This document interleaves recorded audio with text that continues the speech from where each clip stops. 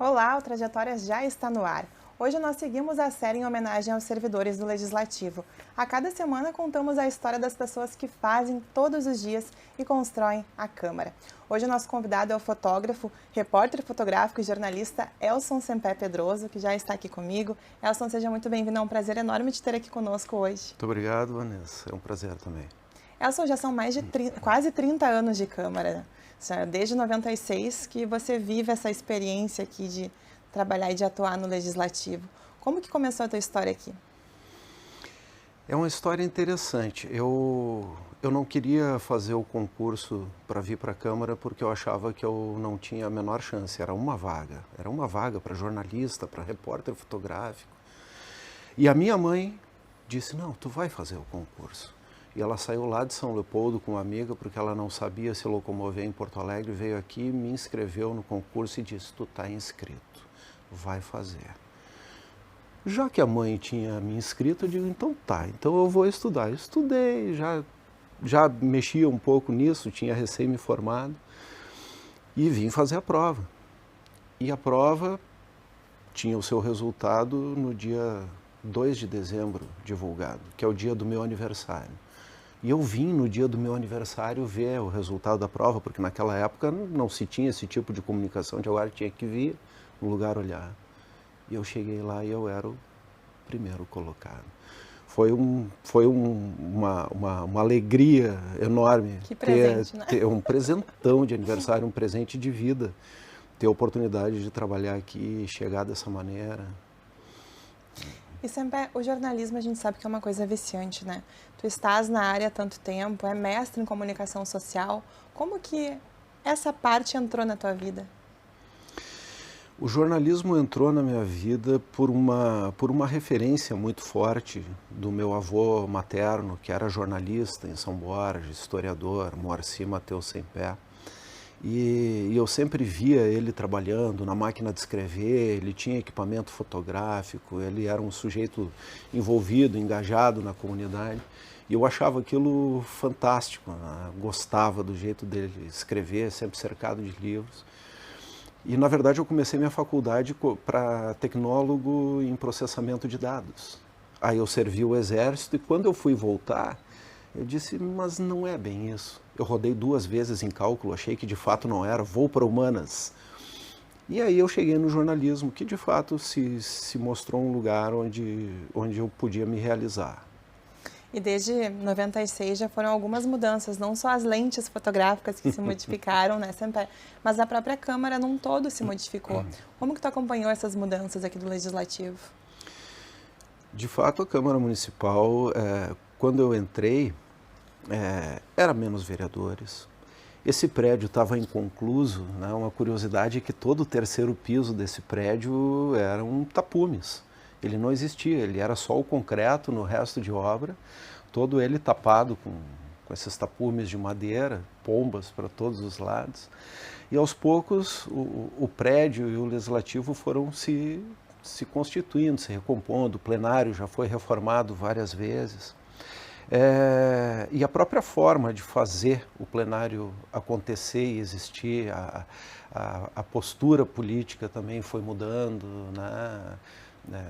Eu vivi um tempo saudoso de grandes tribunos, como, sei lá, João Dibe, Pedro Américo Leal, Eloy Guimarães. Ainda esses tempos estava aqui o vereador Nereu Dávila. E hoje a gente tem uma nova geração aí que vem com outras vertentes, outras virtudes, né, outras formas de fazer política. A gente tem que ir acompanhando todas essas modificações para continuar fazendo o trabalho que a gente tem que fazer aqui. Pois é, e se o diretor legislativo Luiz Afonso, que esteve conosco na última edição, é o 37º vereador, tu és o 38º, né? Porque está sempre no plenário, né, sempre. Não chego a tanto. Mas exatamente, nesses 28 anos de plenário, eu estive 28 anos presente, né, acompanhando praticamente todas as sessões.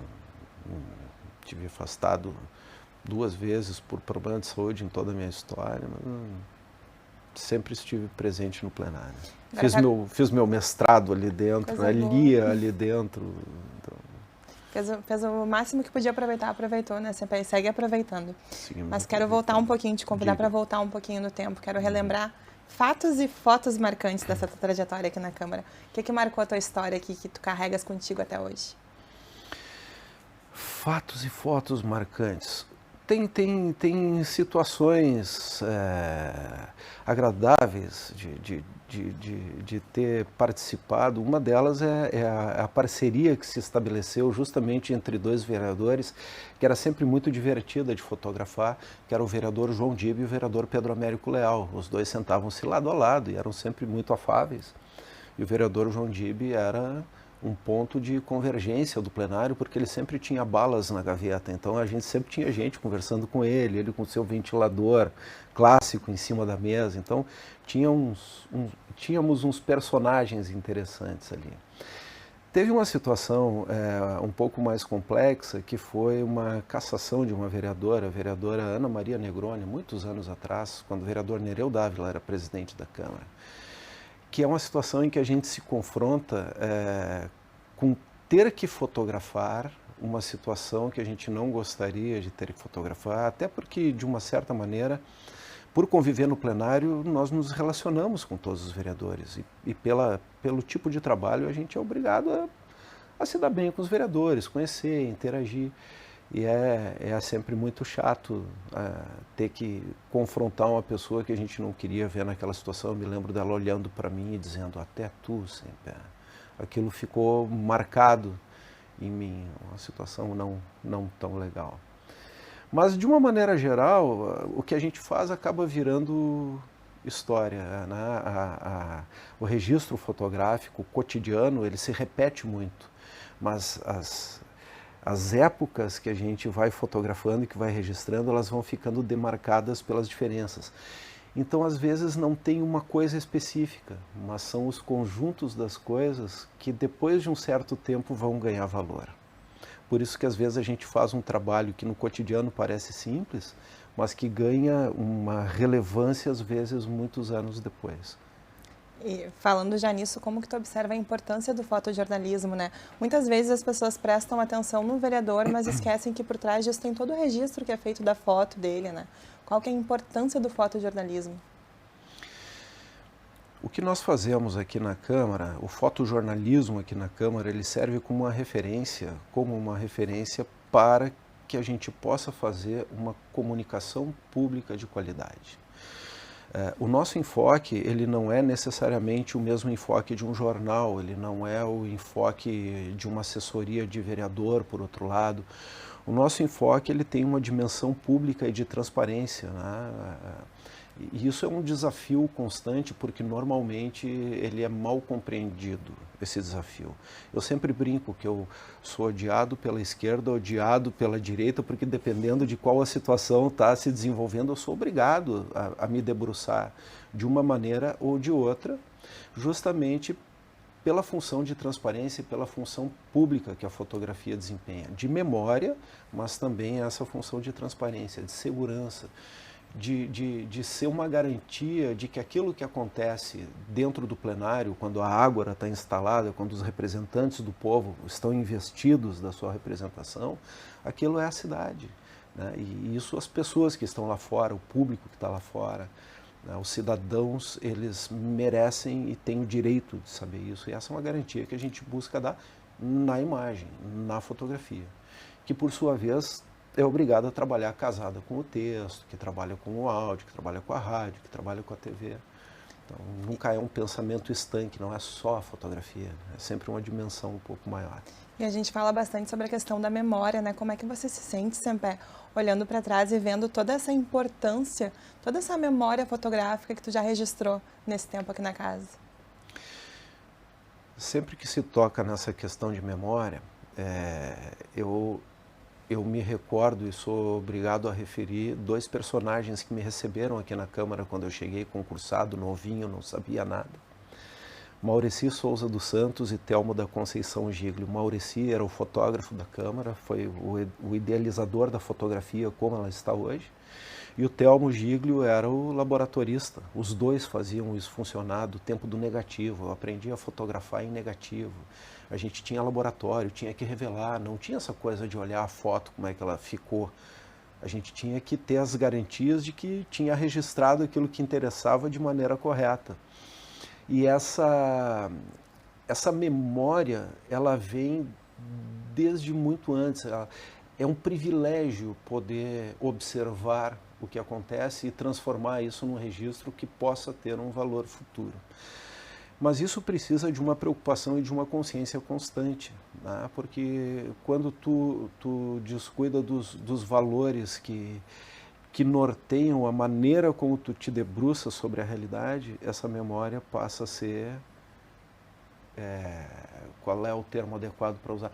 Ela passa a ser tendenciosa, e a nossa busca o tempo todo é para que ela nunca tenha lado, ou no máximo ela tenha o lado da nossa limitação enquanto jornalistas observadores, porque a gente não é capaz de observar tudo e de atender o todo, mas de sempre tentar manter esse equilíbrio entre todas as partes e observar de maneira o mais objetiva possível a realidade. Mas até a objetividade é o desafio. E a gente observa no plenário, né, a tua lida com os estagiários da foto que também desempenham um trabalho incrível, né, no dia a dia, acompanhando ali junto os ensinamentos, essas coisas que você passa, que transmite para eles, né, sempre a importância que isso tem na formação futura deles, né, no futuro profissional deles. Eu sempre digo para todos os que entram aqui, ter a oportunidade de trabalhar na Câmara com a estrutura que a Câmara tem, né, com o tipo de equipamento que a Câmara disponibiliza, com o ambiente no qual eles são capazes de aprender um jornalismo que dificilmente eles vão conseguir desempenhar no todo lá fora. Aqui nós temos a situação talvez mais próxima da utopia do jornalismo neutro, talvez, não me interpretem mal, não é bem essa palavra, mas de um jornalismo perto da sua raiz. E é um privilégio para eles poderem vir aqui e estarem num lugar onde podem errar e aprender, onde vão ser cobrados justamente para aprender. E onde sempre brinco com a gurizada, onde eles têm Ferraris para dirigir e não podem dirigir como Fuscas, e onde os erros deles são minha responsabilidade, mas os méritos deles são sempre acúmulos deles. E eles me pediram para perguntar qual que era o estagiário favorito deles, mas não vou te colocar nessa não, Semper. O estagiário favorito já passou há muito tempo, foi uma estagiária. Eu sou casado com uma pessoa que foi minha aluna e foi estagiária aqui na Câmara. Nós então, vivemos juntos até hoje. É a Lívia Stumpf, é a minha estagiária favorita. Coisa boa, né? Pra gente ver como o trabalho ele pode trazer coisas boas para nossa vida, né, Semper? Mas eu quero que você deixe um conselho, Semper, para quem está começando no mundo da fotografia, porque a gente sabe que a fotografia... Eu, por exemplo, me formei no jornalismo, tive cadeira de fotografia, mas eu entendo que para eu fazer uma foto perfeita, eu teria que estudar muito ainda. Porque a fotografia ela é uma poesia, né? Uma coisa que a gente faz, é uma arte. A fotografia perfeita, ela não existe conceitualmente, né? A fotografia é um vasto campo. Ela é um campo que atende a todas as necessidades. Tu tens desde uma fotografia técnica, passando por uma fotografia autoral, uma fotografia jornalística, fotografia médica, sei lá, fotografia pericial, tem milhares de campos.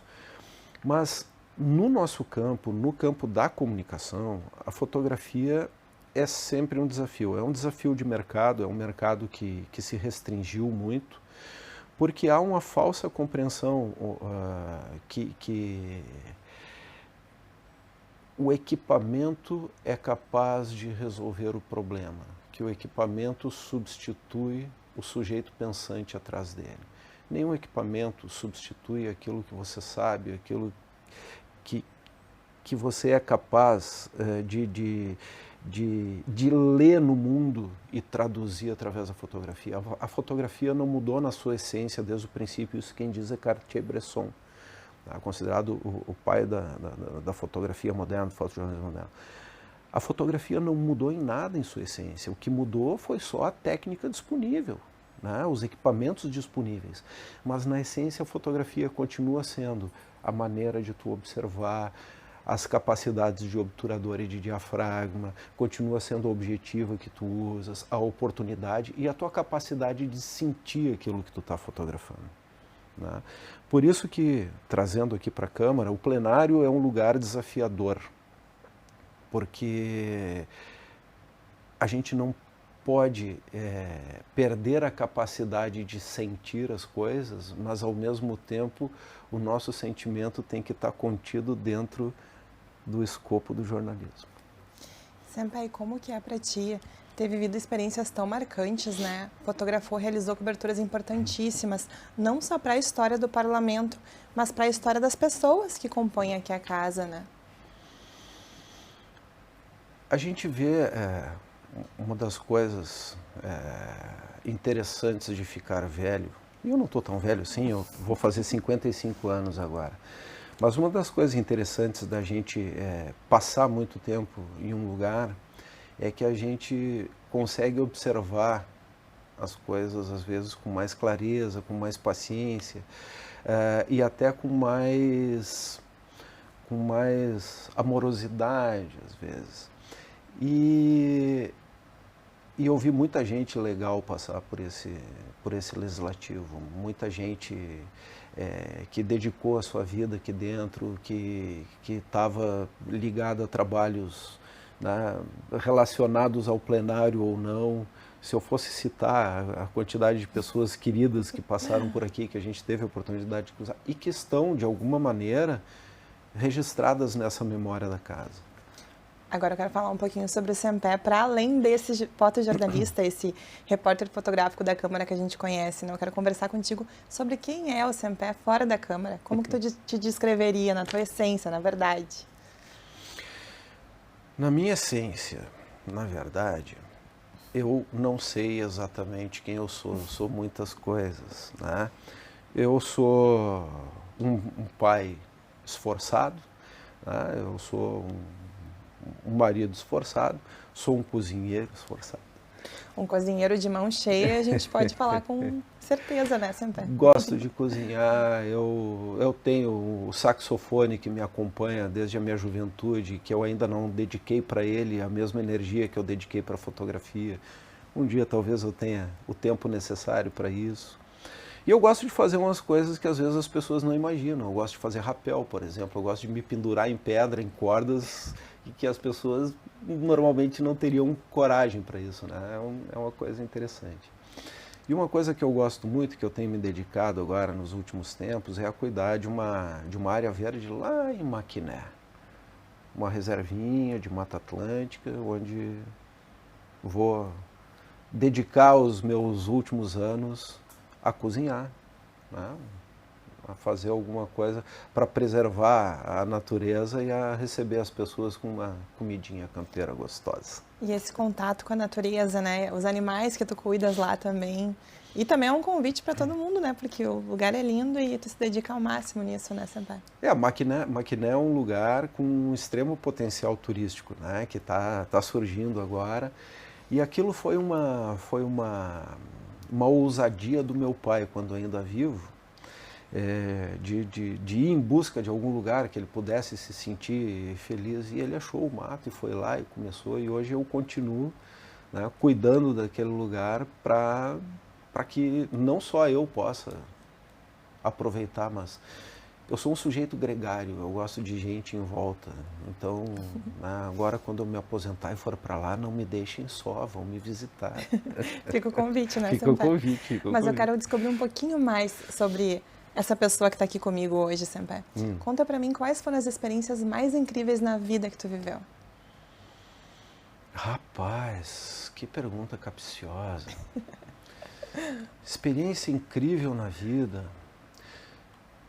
Foram várias. Eu tive uma experiência que mexeu bastante comigo, que foi uma oportunidade em 2012 de fotografar no Congo com uma missão de paz da ONU com o exército uruguaio. Eu passei 9 dias, passei uns 12 dias afastado da câmera, passei 9 dias no Congo.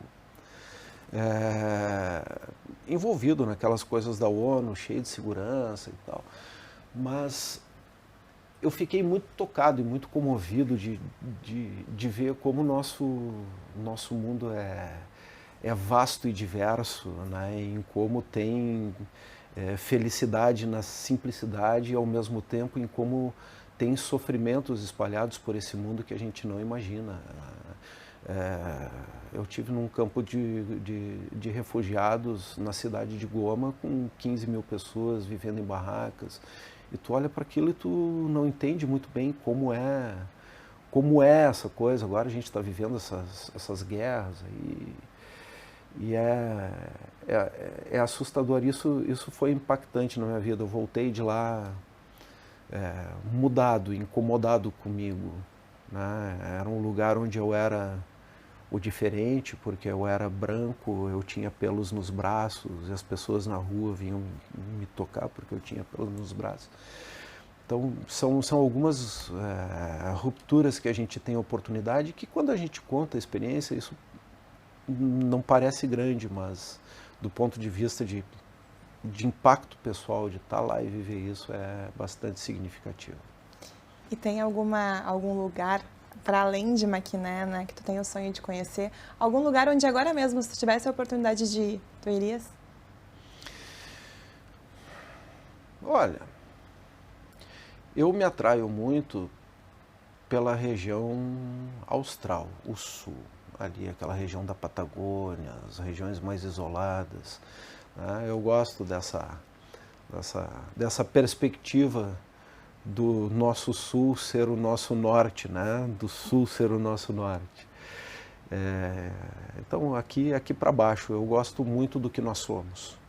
Eu gosto do Pampa Gaúcho, eu gosto do Uruguai, eu gosto da Argentina. Eu acho que nós temos qualidades muito pouco exploradas e eu ainda não consegui ver praticamente nada disso. Por isso, assim, eu fui até a metade do mundo, né? Fui lá no Congo, mas aí, às vezes, aqui a gente não explora tanto. A gente tem que valorizar mais o local, né? Valorizar, conhecer Maquiné. Não, Maquiné e muitas regiões aqui no Rio Grande do Sul são maravilhosas. Sempé, o que seria um dia perfeito para ti? Qual que é a descrição de um dia ideal para o Sempé? Um dia ideal é o dia em que se possa estar convivendo com pessoas que se goste, nas quais se possa confiar e que se possa, ao fim do dia, ter a certeza de que se foi útil de alguma maneira. Eu tenho algumas conexões com algumas coisas, algumas ideias, em que eu penso que ser útil é o que nos faz viver. Então é preciso servir para alguma coisa ou para alguém. Nunca é demérito, o trabalho não é demérito, mas ser útil. O dia perfeito é o dia em que a gente pode ser útil e que pode estar em paz. Já chegando ao finalzinho do nosso programa, Sempé, quero que tu deixes um recado para quem está assistindo a gente e também me fale agora com profundidade, né? Como que tu gostaria de ser lembrado no futuro, Sempé? Principalmente pelos estagiários que trabalham contigo hoje. Como é que eu gostaria de ser lembrado no futuro? Eu gostaria de ser lembrado no futuro como um servidor público que cumpriu à risca suas obrigações, que defendeu aquilo que acreditava e que, ao seu alcance, conseguiu, de alguma maneira, garantir que aquelas pessoas que lhe pagavam o salário, que o público, que a população de Porto Alegre recebesse um bom trabalho. Uma das coisas mais importantes que nós temos, e há pessoas que pensam o contrário e há que respeitar, mas é a estrutura pública que garante a transparência do nosso dinheiro, das coisas que são feitas. E justamente por trabalhar nessa área da transparência e do registro das coisas, isso me é tão caro. Sempé, fiquei muito feliz de poder contar a tua história, fiquei muito feliz de poder descobrir coisas novas a teu respeito. A gente se cruza pelos corredores todos os dias, mas nem imagina a dimensão que as pessoas são, né? Muito obrigada por participar. Foi um prazer e é uma honra. Então esse foi o nosso jornalista e repórter fotográfico aqui da Câmara, Elson Sempé Pedroso. Essa nova série do Trajetórias, ela está só começando, a gente volta na semana que vem com novas trajetórias para dividir com você. Para rever esse e outros programas, acesse as nossas redes sociais e também o nosso canal no YouTube. Muito obrigada pela sua companhia e até a próxima!